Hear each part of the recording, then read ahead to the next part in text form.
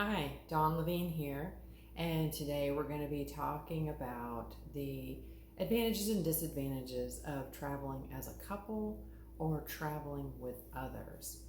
Not too long ago, we did a trip with another couple, family members, and the trip was 23 days long. We had never done a trip that long before, period, and we had never done a long trip with the people that we traveled with either. So it was an interesting experiment. It was a little bit risky.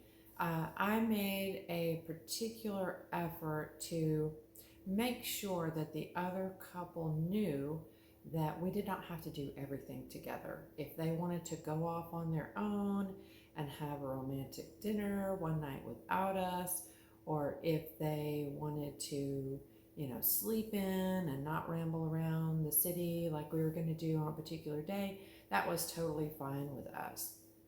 So I think establishing the ground rules about how you're going to do things before you go is really important, and to make sure that people feel like they've got some freedom, they've got some choice. We don't typically schedule every minute of every day. We always build in a lot of downtime when we're traveling, because sometimes we just want to be spontaneous about what we're looking at and where we're going and what we're doing.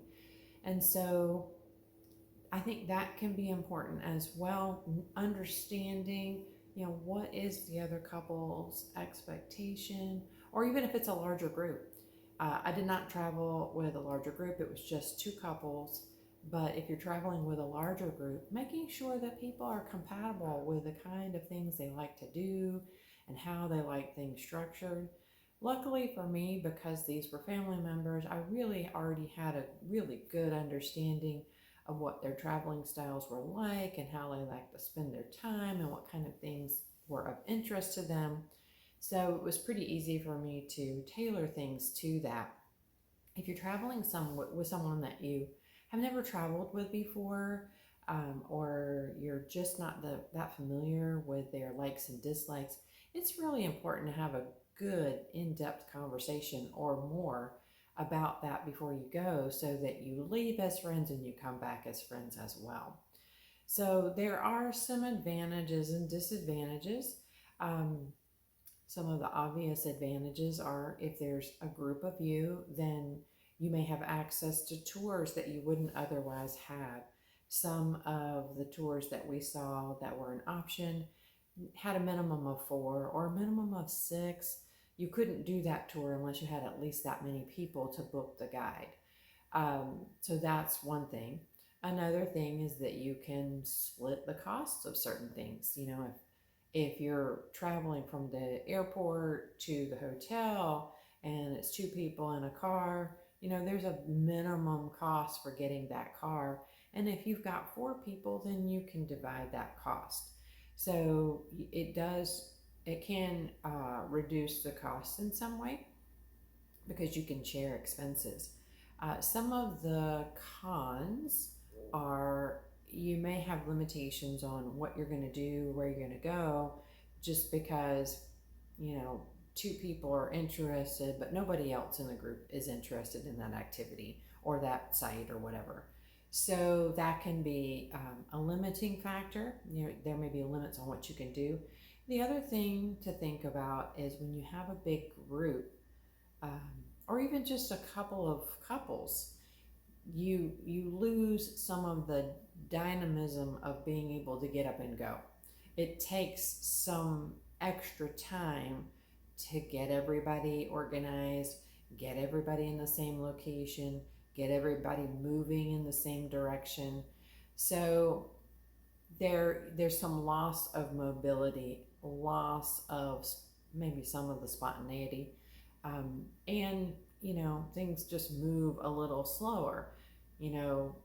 Tours are a perfect example of that. If you've got 2 people on a private tour, you're moving at the pace of 2 people.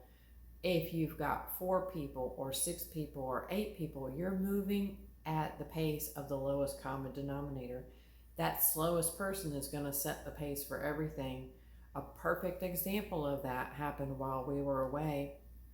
we were on a group tour. Part of our trip was a cruise, and we were on one of the cruise excursions, and there were probably about 20 to 25, maybe 30 people on the tour. And we had this one guy who kept disappearing at the end, towards the end of a particular location. This guy would just vanish, and we would spend 10-15 minutes looking for him while everybody waited to head to the next destination that was on our tour. And unfortunately, that meant that our last site, which was an important one, got cut way short. So we tried to do the archaeology museum in Athens, and we had 45 minutes. So you can probably imagine how well that went, because he had cost us 15-20 minutes at every one of the sites that we were on just by disappearing at the last minute. So there's some loss of efficiency and speed. And so if you're traveling with a bigger group, you're going to get to see less. If there's just two of you or just four of you, you can move at a much faster pace probably, and you'll get to cover more ground and see more things. That was definitely our experience at the Vatican Museum. We did a private tour. It was just the four of us. And so we were able to really cover some ground and add in some extra things at the end, because we were able to move at a much more rapid pace.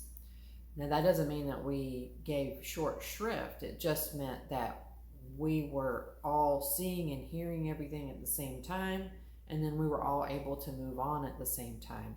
We didn't have to wait for 20 different people to leave the tour and go do a bathroom break. We were all able to just be very efficient with our time. So those are some of the major considerations. You need to think about how much together time, if you're traveling with a small group, how much together time do we want?